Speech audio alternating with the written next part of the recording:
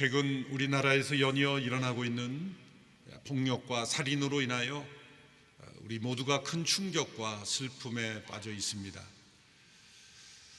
노아의 시대에 그 사회가 매우 폭력적이었는데 해가 갈수록 노아의 시대와 같다는 예수님의 말씀이 진리라는 것이 나타납니다. 가인의 후손인 라멕은 그 폭력성이 극에 달했습니다. 자신에게 누군가 조그만 손해나 또 상처를 입힐 때 77배를 복수하는 그 잔인함, 그리고 그것을 자랑하는 폭력성을 보여주었습니다. 가인의 후손은 이렇게 세월이 흘러갈수록 더욱 그 잔인함과 폭력성이 증가되었습니다. 그러나 셋의 후손 가운데서는 에녹과 같은 경건한 후손들이 나타났습니다. 이것은 하나님께서 죽은 아벨을 대신하여 태어난 셋의 후손 가운데 하나님의 구원의 역사를 구원의 역사의 통로가 될 구원자가 오시는 통로가 될 것을 약속하셨기에 그 셋의 후손 가운데는 경건한 후손들이 나타났던 겁니다.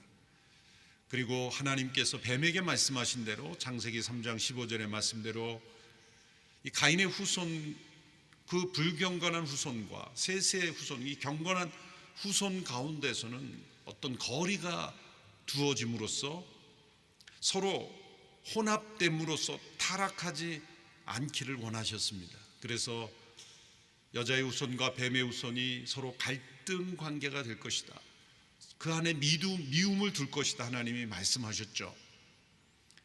그래서 이 셋의 후손과 가인의 후손 어느 정도 지리적으로도 떨어져서 거주하며 서로 섞이지 않는, 그러므로 셋의 후손의 경건함을 유지하는 기간이 있었습니다.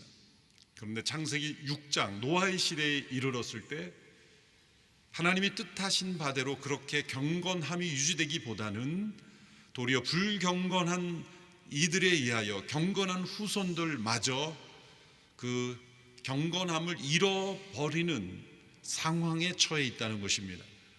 창세기 6장 1절에 하나님의 아들들이 사람의 딸들의 아름다움을 보고 좋아 보여 결혼함으로써 그 타락이 가속화되었다라고 말합니다. 우리가 악을 미워한다면 악인과의 거리를 두게 마련입니다. 물론 악인이 구원받고 그들도 돌아오도록 하는 노력은 해야 됩니다만, 그러나 그 악인과 함께 교제함으로써 그것이 꼭 이루어지는 것은 아닙니다. 진정 하나님 중심으로 산다면 악한 무리와 함께 동행할 수는 없는 것이죠. 노아의 시대에 이르러서 셋의 경건한 후손들마저 가인의 후손들의 이 불경건함에 휩쓸리고 혼합되고 그리고 경건함을 잃어버리는 그런 상황에 처하게 되었다라는 것을 말씀하는 것입니다. 하나님께서 때로 이 세상에 악인들에게도 은혜를 베푸시는 기간이 있습니다. 예수님께서 말씀하신 대로 선인과 악인 모두에게 하나님께서 햇빛과 단비를 내려주시는 은혜로우신 하나님이라고 말씀했습니다.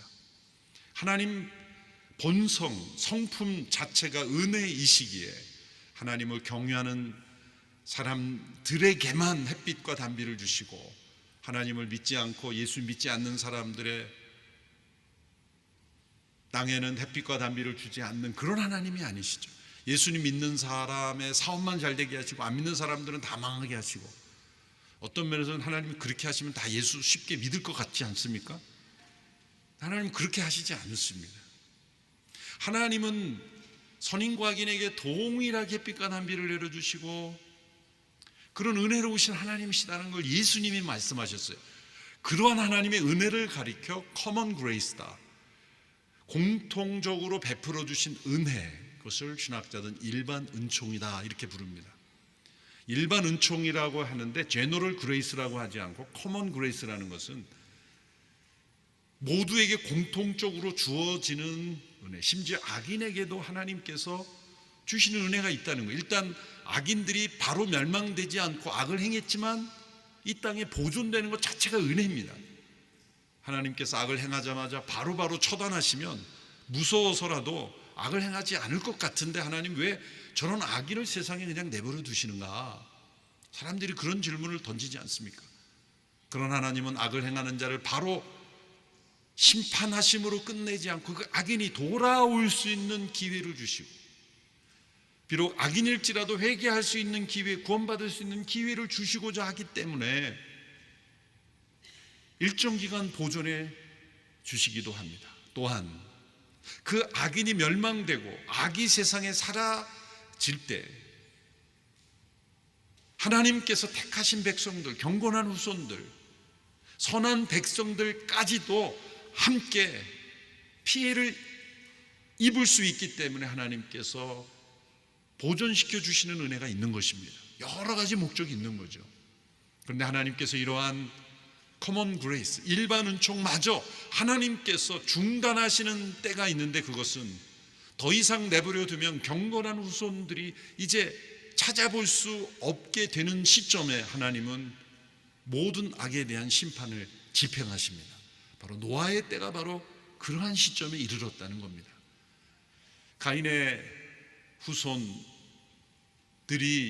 문화가 발전하고 번성했지만 이렇게 죄악으로 가득했는데, 아니 세상이 그렇게 많았을까요? 많은 자손들을 낳았을 것이고, 이렇게 어떤 번성하는 그러한 숫자를 대비해 보면 학자들은 오늘 이 시대 인구와 다름없을 정도로 많았을 것이다라고 추정하는 분도 있어요.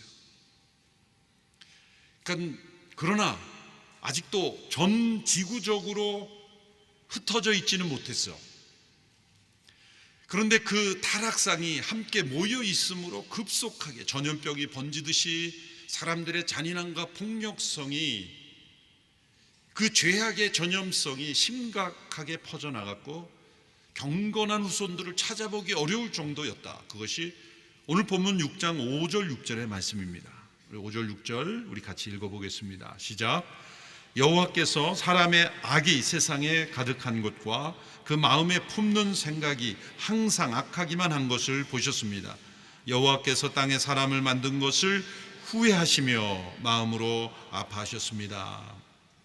인간의 타락이란 단지 잘못된 행위를 하는 것 그 이상이며 보다 깊은 의미가 있는 것입니다. 그것은 사람들이 악을 행하는 시스템을 만들고 그것을 즐거워하는 지경까지 이른다는 겁니다. 마약을 복용하는 사람들 왜 합니까? 그것에 어떤 순간적이나마 즐거움이 있기 때문에 하는 것이 아니겠습니까? 그리고 그것을 행하는 시스템이 있는 겁니다. 사람들은 단지 잘못된 행위를 무작위적으로 하는 게 아닙니다. 고도의 지능이 그 악에 이용되어서 시스템을 만들고 그래서 악을 행하는 겁니다. 이 세상에 존재하는 부패 구조, 이권 카르텔, 수많은 그러한 흐름들이 악의 축이 되어 세상 속에 영향을 미치지 않습니까? 칼뱅은 인간의 마음을 가리켜 죄악을 생산하는 공장이라고 말했어요. 이 공장은 악이 그냥 나온다는 게 아니죠. 나름대로의 메커니즘이 있다는 거예요. 악의 메커니즘이 있는 겁니다. 제일 중요한 건 사상적인 기초를 잡습니다. 이념적인 그 토대를 가집니다. 그 위에 악을 쌓는 겁니다. 근본적인 사상의 기초는 뭘까요? 그 토양은 무엇일까요? 하나님 없는 무신론입니다. 그 무신론의 대표적인 게 유물론이고, 인간의 영혼까지도 물질로 만들어버리는, 모든 것을 계급구조, 계층구조, 대립구조로 생각하는 그러한 유물론적 사고방식. 오늘 이 시대는 네오막시즘이라는 이 하나님 없는 이념의 세계가 온 세상을 뒤덮고 있고, 소위 소셜 젠더, 사회적 성이라는 것도 그런 일종의 혁명과도 같은 사상적인 토대예요. 하나님께서 정해주신 질서를 나는 하나님 믿지 않기 때문에 그 질서는 예수 믿는 사람들만 받아들이는 거지 나는 받아들이지 않는 것이다. 그러나 그렇습니까? 인류 역사를 보면 양성의 질서가 모든 인간의 기본적인 토대이고 그것이 삶의 근간이 있는데, 그 질서를 무너뜨리는 것은 어디서 나온 것입니까? 무신론에서 나온 것이고, 그것을 토대로 해서 사람들의 생각이 악을 생산하는 공장처럼 되어버렸다. 사람들의 생각하는 것이 항상 악하기만 한 것을 보셨다. 이 악은 누군가를 꼭 해친다고 악이 아닌 것이죠. 스스로 하나님 없는 삶을 사는 것 자체가 성경의 정의는 악입니다. 하나님을 떠난 그 자체가 악인 것이죠. 나는 이 말씀에 해당되지 않는다고 말할 사람은 아무도 없는 것입니다. 마음속에 하나님을 부정하고 창조주를 부정하고 하나님의 살아계심을 부정하고 예수 그리스도의 진리되심을 부정하면 항상 악할 뿐인 것입니다. 하나님은 이러한 세상과 인간의 모습에 대하여 후회하셨다고 말씀합니다. 창조의 기록에서 보시기에 좋았더라 말씀하신 하나님께서 이제 후회하신다라는 말씀을 주셨는데, 이것을 어떻게 이해할 수 있을까요? 민수기 23장 19절에 보면 하나님은 인생이 아니시니 후회가 없으시도다 말씀하셨는데, 왜 6장에서는 후회하신다는 말씀을 하실까요? 우리의 후회는 무엇입니까? 과거에 행한 것을 내가 잘못했구나, 하지 말았을 걸, 그렇게 깨닫는 것이 후회이고 부정적인 의미를 담고 있습니다. 그렇다면 하나님이 후회하셨다는 것은 창조가 잘못했구나, 창조하지 말았을 것을, 인간을 왜 만들었을까, 그렇게 후회하신다는 의미일까요? 아닙니다. 그렇다면 왜 후회라는 단어를 썼을까요? 그것은 하나님이 질투하신다라는 단어를 쓰는 것과 같은 원리입니다. 우리의 질투는 나쁜 것입니다. 나의 것이 아닌 것을 탐하는 것이죠. 그럼 하나님도 하나님이 아닌 것을 탐합니까? 아닙니다. 하나님의 것이 아닌 것이 없습니다. 하나님의 질투는 마땅히 하나님께 속해 있어야 하는데, 하나님의 주인 되심을 인정하지 않는 자들에 대하여 느끼는 하나님의 가슴 아파하시는 사랑, 이것을 질투라는 단어로 표현한 것이죠. 그래서 십계명에도 하나님은 질투하시는 하나님이시다. 우리 성령님을 가리킬 때도 시기하시기까지 사랑하신다, 그렇게 표현했습니다. 그러므로 이 질투라는 부정적 단어를 사용함으로써 이 하나님의 강렬한, 포기하지 않는 그 사랑을 우리가 느끼도록 표현한 것이죠. 그래서 영어에서도 jealousy라는 부정적 단어를 그냥 쓰는 겁니다. 히브리어에서는 혼용을 하는 겁니다. 긍정적 의미의 이 하나님의 사랑도 질투라고 표현하고 부정적 의미의 질투도 같은 단어를 썼기 때문에 번역도 그렇게 하는 거죠. 이 후회는 무엇입니까? 하나님의 후회는 원문상으로 보면 마음을 바꾸었다라는 나함이라는 단어입니다. 그럼 번역할 때 하나님이 마음을 바꾸셨다, 이렇게 간단히 하면 되는데 왜 후회라는 단어로 번역을 했을까요? 우리 영어 성경에도 regret이라는 단어를 사용했죠. 영어에서 regret 하는 것은 부정적인 의미이죠. 그러나 부정적인 의미만 있는 것은 아니죠. regret이라는 단어에 거기에는 가슴 아파하는 애통함이 표현되어 있는 거예요. 근데 우리말에는 후회라고 하면 부정적 의미가 대부분이기 때문에 이 뉘앙스를 담아내지 못하는 겁니다. 그런데 이 후회라는 단어 뒤에 덧붙여 있는 단어가 앞의 단어의 의미를 설명해 주고 있습니다. 마음 아파하신다. 그러니까 마음 아파하시며 마음을 바꾸시는 것, 이것이 후회입니다. 하나님의 후회입니다. 하나님은 창조를 잘못했다고 그렇게 안타까워하시는 것이 아니라 하나님의 창조의 목적은 변하지 않았고 하나님의 성품도 변하지 않았기에 후회하시는 거예요. 하나님의 성품은 변하지 않으십니다. 변하지 아니하시는 성품은 무엇입니까? 거룩하심입니다. 모든 사람들이 다 타락하여 악을 범할지라도 하나님은 모든 사람을 심판하실지언정 그 악을 포기하지 않으십니다. 세상은 어떻습니까? 국민의 99%가 악을 범하여서 이제 이 악을 악이라 하지 말자라는 법을 만들면 그게 법이 되고 그 악이 감옥 가지 않는 악이 되는 거예요. 악을 악이라고 여기지 않는 겁니다. 많은 사람이 합의하면 세상은 악을 선으로 둔갑시킬 수 있습니다.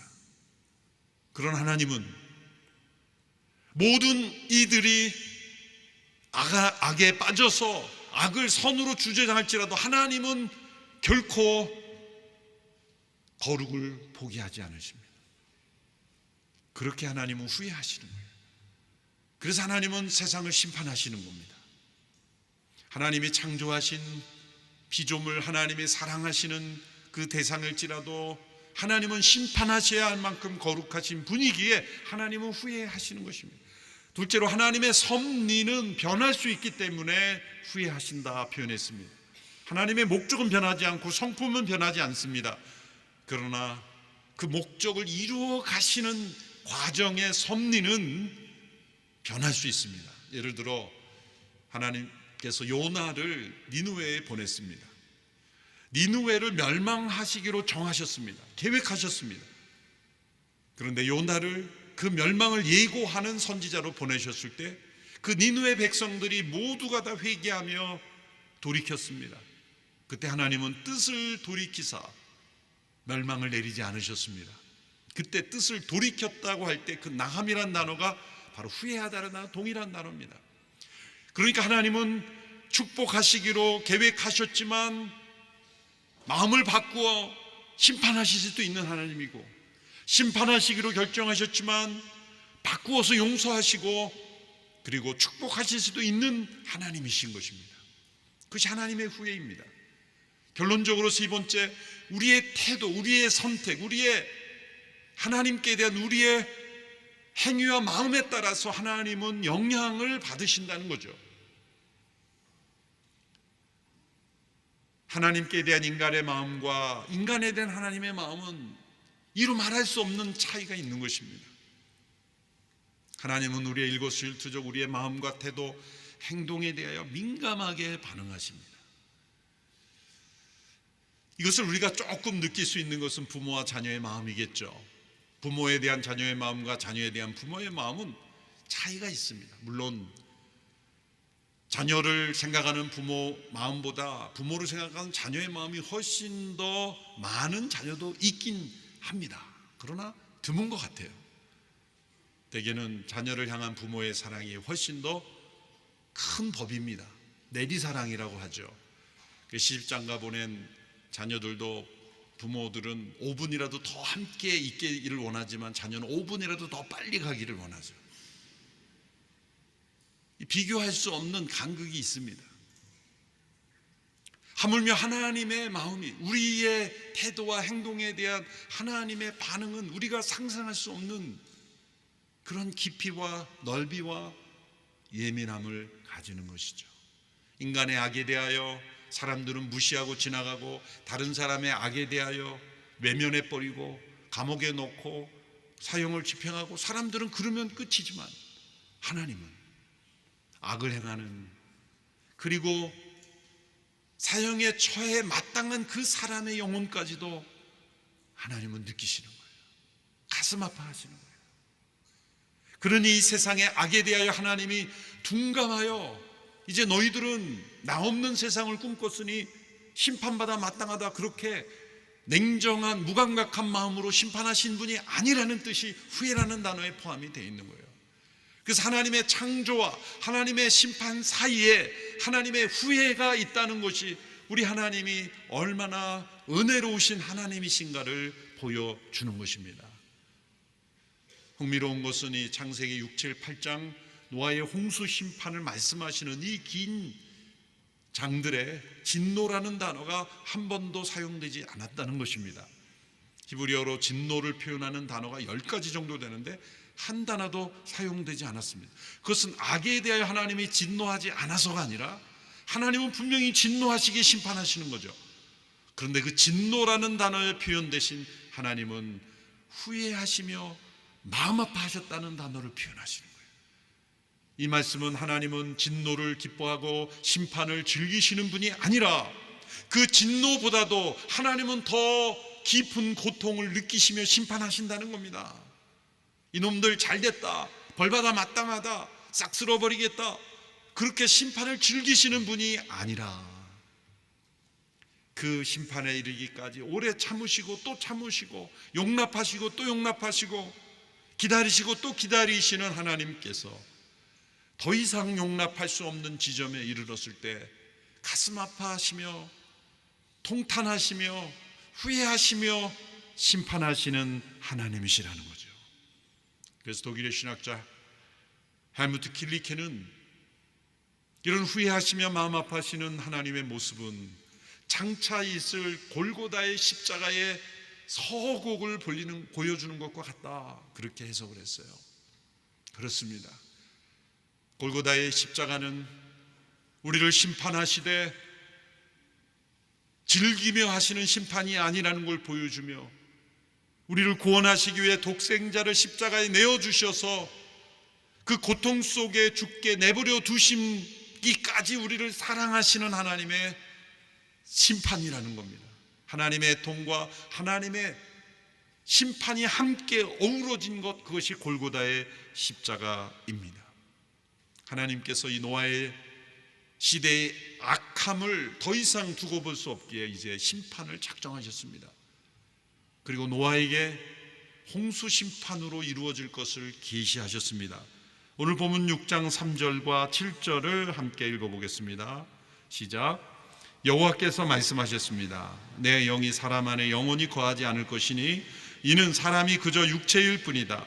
그들의 날은 120년이 될 것이다. 7절. 여호와께서 말씀하셨습니다. 내가 창조한 사람을 땅 위에서 쓸어버릴 것이다. 사람으로부터 짐승과 기는 것들과 공중의 새들까지 다 그렇게 하겠다. 이는 내가 그들을 만든 것을 후회하기 때문이다. 그들의 날이 120년이 될 것이다. 이제 120년 후에 홍수 심판이 임할 것을 말씀하신 겁니다. 노아 때 이제 구체적인 기간을 말씀하신 거예요. 노아가 이 심판의 계시를 처음 받은 것이 아니죠. 지난 주간 에녹의 삶을 통하여 에녹 때 그가 65세 때 심판의 계시를 받았고, 그것을 사람들에게 전하며 300년 동안 하나님과 동행했다고 했습니다. 에녹의 후손 무드셀라, 무들레셀라의 후손 라멕, 라멕의 후손 노아, 이 4대에 이르기까지 1000년 가까운 시간을 하나님은 심판의 계시를 주셨고 또 주셨습니다. 이제 노아의 때 이제 120년 후에 홍수 심판이 이루어질 구체적인 기간을 말씀하셨어요. 심판의 유예 기간이죠. 이 기간 동안 노아에게는 방주를 만들 것을 말씀하셨습니다. 하나님이 왜 노아에게 이러한 통로가 되는 일을 맡기셨는가? 노아에게 어떤 면이 있길래? 그것은 그의 조상들로부터 내려온 믿음 때문입니다. 하나님의 심판 계시를 받아들이는 믿음 때문에 하나님이 그에게 은혜를 베푸신 겁니다. 8절 9절의 말씀을 함께 보겠습니다. 시작. 그러나 노아만은 여호와께 은혜를 입었습니다. 노아의 이야기는 이렇습니다. 노아는 의로운 사람으로 당대의 완전한 사람이었으며 하나님과 동행하는 사람이었습니다. 노아는 은혜를 입었습니다. 성경에 처음으로 은혜라는 단어가 등장합니다. 그런데 그 배경은 무엇입니까? 8절의 은혜라는 단어는 7절의 심판이라는 단어를 배경으로 한 겁니다. 은혜란 받을 자격이 없는 자에게 베풀어지는 호의죠. 받을 자격이 없다는 거 뭡니까? 7절에 심판받아 마땅한, 심판에 처해야 되는 이들에게 베풀어지는 구원이 바로 은혜인 것입니다. 모든 사람 가운데 노아가 가장 착하고 선하고 의로워서 노아만을 구원한다는 게 아니라 모든 사람이 다 진멸받아 마땅한 가운데 하나님께서 그 심판에 이르지 아니할 길을 계시하셨는데, 그 길은 무엇입니까? 하나님의 심판의 계시를 믿음으로 받아들이고 하나님과 동행하는 의로움을 얻는 것입니다. 노아 자신의 의가 아니라는 거죠. 노아가 당대 모든 사람보다 도덕적으로 깨끗하고 완벽하다는 뜻이 아닙니다. 홍수 심판 이후에 노아가 술 취하여 하체를 드러내는 그런 수치스러운 모습을 보인 거 보면 도덕적으로 그가 완전하다는 것이 아닙니다. 어떤 의미에서 의롭고 완전하다는 뜻입니까? 그것은 하나님의 계시, 말씀, 약속을 믿음으로 받아들이는 일을 의롭다 여기신다는 것입니다. 예수님 이후에 사람들만 믿음으로 의롭게 되는 것이 아니라 구약의 사람들도 하나님의 말씀을 믿음으로 의롭게 되었던 것입니다. 히브리서 11장에서 말씀하고 있는 내용이 바로 그런 내용입니다. 아벨부터 시작을 해서 누가 의인인가, 하나님의 약속과 계시의 말씀을 믿음으로 받아들이는 자를 하나님은 의롭다 여기신다는 겁니다. 그 믿음만이 하나님 앞에 완전한 자로 서 있게 한다는 것입니다. 그래서 하나님께서 심판 속에 베푸시는 이 구원의 은혜를 믿음으로 받아들이는 자들을 하나님은 의롭다 여기신다는 것을 의미합니다. 창세기 6장 17절 18절에서 바로 하나님께서 말씀해 주셨죠. 노아에게 주신 구체적인 말씀입니다. 함께 읽어보겠습니다. 시작. 내가 곧 땅에 홍수를 일으켜 하늘 아래 생기가 있는 모든 육체를 다 멸절시키리니 땅에 있는 모든 것이 다 죽을 것이다. 그러나 너와는 내가 언약을 세우겠다. 너와 내 아들들과 내 아내와 내 며느리들은 방주 안으로 들어가라. 모든 생명체를 멸절시키는 가운데 하나님의 심판의 계시를 믿음으로 받아들이는 자들은 방주 안으로 들어가도록 한 겁니다. 노아의 가족만 알고 비밀스럽게 들어간 것이 아니죠. 노아는 의의 선포자로 많은 사람들에게, 에녹처럼 사람들에게 이 하나님께서 마련해 주신 구원의 길이라고 말했고 방주 안으로 들어오도록 초청했지만 사람들이 받아들이지 않은 것입니다. 120년 동안 노아는 방주를 만들었고, 물론 혼자 만든 게 아니죠. 그래서 가장 안타까운 사람들이 뭡니까? 방주 함께 만들어 놓고 못 들어간 사람들, 그런 사람들이 가장 안타깝겠죠. 하나님의 심판이 어디 있단 말인가, 그렇게 현실에 적응하며 살아가는 수많은 사람들, 그러한 사람들은 이 노아의 가문을 통해 전해진 이 구원과 심판의 계시를 받아들이지 않았습니다. 그래서 심판과 구원의 갈림길에서 심판에 처하게 된 거죠. 구원받은 이들은 8명밖에 되지 않았다는 것이 충격적이지 않습니까? 그만큼 사회가 악해졌다는 거죠. 하나님께서 이 세상을 끝까지 지켜보셨다는 거예요. 이 시대는 노아의 시대와 같습니다. 하나님께서 세상을 참고 또 참고 또 참으시지만, 그러나 하나님을 믿고 의지하는 백성들을 이 멸절되기까지는 내버려 두지 않으실 것입니다. 언젠가 마지막 심판은 옵니다. 노아의 홍수 때에 방주를 통해 하나님께서 구원하셨다는 것이 어떤 설화처럼, 동화 속의 이야기처럼 여겨집니까? 여러분, 모든 지리, 과학, 물리, 어떤 심지어는 공원에, 국립공원에 산에 가보면 계곡을 설명할 때 이런 멘트가 나옵니다. 대격변 때문에 이렇게 됐다. 대격변. 이 지구상에 전 지구적인 대격변이 있었다는 거죠. 여러분이 비행기를 타고 이렇게 그랜드 캐년이라는 그 프로그램을, 다큐멘터리 한번 보시면 앞에는 수억만 년의 그 누적, 그 축적을 통해서 이렇게 뭐 저기가 되었다라고 말하는데, 마지막 부분에 가면은 대격변이 가지고는 설명할 수 없다는 거예요. 처음과 끝이 달라요. 이 깊은 계곡, 이 산과 이 모든 형태가 대격변이라는 한 단어가 설명하는 거예요. 그거는 하나님 믿지 않는 학자들도 말하는 거죠.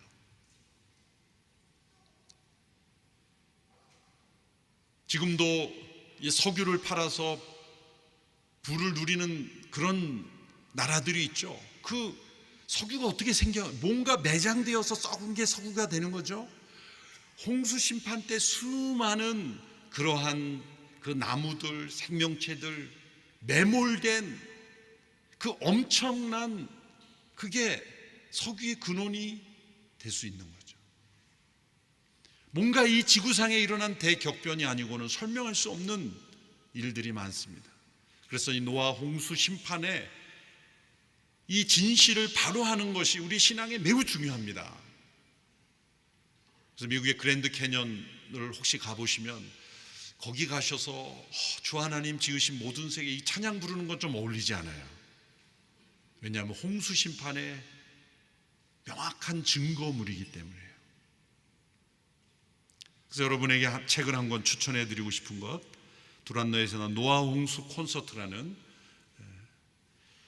사실은 홍수 심판이어야 되는데 콘서트라고 이름을 약간 잘 팔리게 붙인 거죠. 읽어보면 뭐 콘서트가 아니라 심판의 내용입니다. 그래서 꼭 추천합니다. 한번 한 2주 정도 홍수 심판에 대해서 9장까지 살펴볼 텐데, 숙제로 내드리지만 시험은 보지 않습니다. 그래서 한번 꼭 읽어보시면 그 신앙에 큰 유익이 될 것입니다. 이 모든 세상이 하나님의 홍수 심판으로 새롭게 태어나게 되었다는 것이죠. 그리고 마지막 때에 이러한 심판이 또 이루어질 겁니다.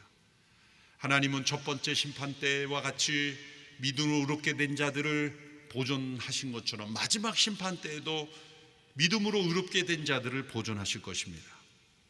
놀라운 것은 이 홍수의 심판이 의미하는 바가 바로 예수 그리스도 안에서 우리가 받는 세례라는 거예요.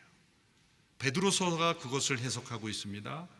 베드로전서 3장 20절부터 21절의 말씀, 지금까지는 주무셨더라도 여기에서 깨어서 들으면 이제 오늘 설교는 들은 것과 똑같기 때문에 함께 힘을 내어 소리내어 읽겠습니다. 20절부터 21절 시작.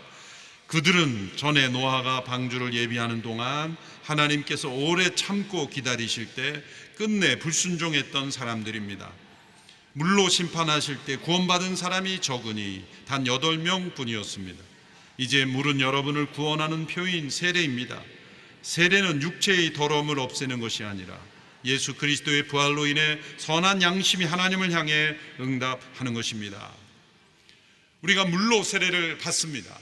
침례교는 물에 담그고 장로교는 물을 뿌리지만 어찌되었건 우리 머리 위에 물이 있다는 것은 죽음을 의미하는 겁니다.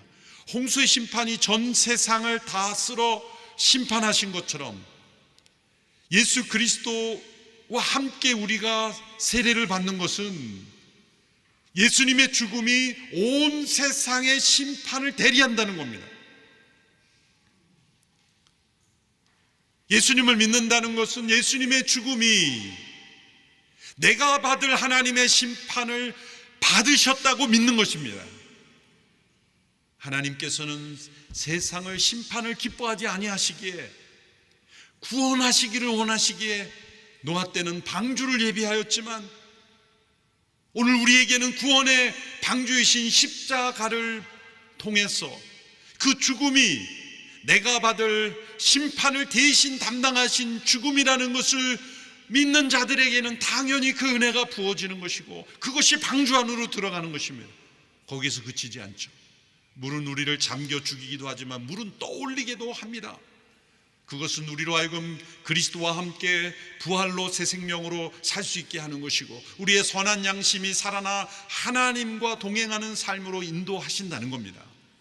세례란 그러므로 그리스도와 함께 장사되고 그리스도와 함께 다시 살아남을 의미하는 예식인 것이죠.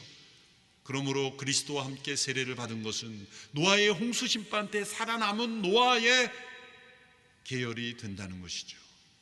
이제 우리에게는 마지막 심판이 남아 있습니다. 노아의 시대와 지금의 시대가 같다고 예수님 말씀하셔서 누가복음 17장 26절에 보면 인자의 때는 노아의 때와 같을 것이다. 인자의 때란 예수 그리스도의 때, 곧 그리스도께서 십자가에 죽으시고 부활하셨고 이제 다시 오시는 이때, 인자의 때입니다. 이때는 바로 노아의 때와 같을 것이라고 말했습니다. 심판이 있을 거라는 거죠. 구원의 길은 오직 구원의 방주였던 것처럼 예수 그리스도의 십자가와 부활을 믿는 것뿐입니다. 앞으로 우리에게 주어진 심판은 무엇일까요? 불의 심판입니다. 하나님은 노아에게 다시는 물로 심판하지 않을 거라고 말씀하셨지만 남아있는 것은 불입니다. 물의 심판이 아닌 불의 심판. 요한계시록에 나타나죠. 전 세계가 기후 위기로 뜨거워지고 있고 곳곳에서 진압할 수 없는 산불이 일어나고 뭔가 다가오는 불의 심판의 전조처럼 느껴지지 않습니까? 고초의 수많은 핵무기들, 위험한 무기들이 어떤 오작동을 일으키고 어떤 나쁜 이들이, 악한 이들이 그러한 무서운 무기들로 어떤 일을 할지 우리는 알지 못합니다. 불의 심판입니다. 이 모든 것이 지금 잠잠히 있는 것은 하나님이 억제해주고 계시기 때문입니다. 하나님이 보호해주고 홀딩해주고 계시기 때문입니다. 그런데 하나님의 심판은 하나님이 저 하늘에서 불덩이를 내려서 지구를 파멸 그런 모습이 아니라 인간들이 스스로 악을 행하는 것을 멈추지 않고 그냥 내버려 둘 때 이 세상은 지옥이 될 거예요. 여러분을 겁주려는 게 아닙니다. 우리가 마땅히 가져야 될 두려움이 있어야 된다는 것이죠. 이 마지막 심판의 때에 구원받을 수 있는 자는 하나님의 심판 앞에서 믿음으로 살았던 의인들, 하나님 앞에 설 수 있는 자들, 그것은 오직 예수 그리스도의 의를 덧입은 자들 뿐입니다. 이런 믿음으로 우리가 살아가며 또한 의의 선포자가 되며 우리만이 구원의 방주에 들어가는 이들이 아니라 많은 이들을 주께로 인도하는 우리 모두가 되기를 축원합니다. 기도하겠습니다. 심판과 구원의 갈림길에서 심판에 이르지 아니하는 길을 허락하셨으니 그 구원의 길이신 예수 그리스도 안에 온전히 머물며 거하며 동행하는 우리 모두가 되게 하옵소서. 또한 많은 이들을 그리스도 앞으로 인도하는 의의 선포자, 진리의 증거자들 다 되게 하여 주시옵소서. 예수님의 이름으로 기도하옵나이다. 아멘.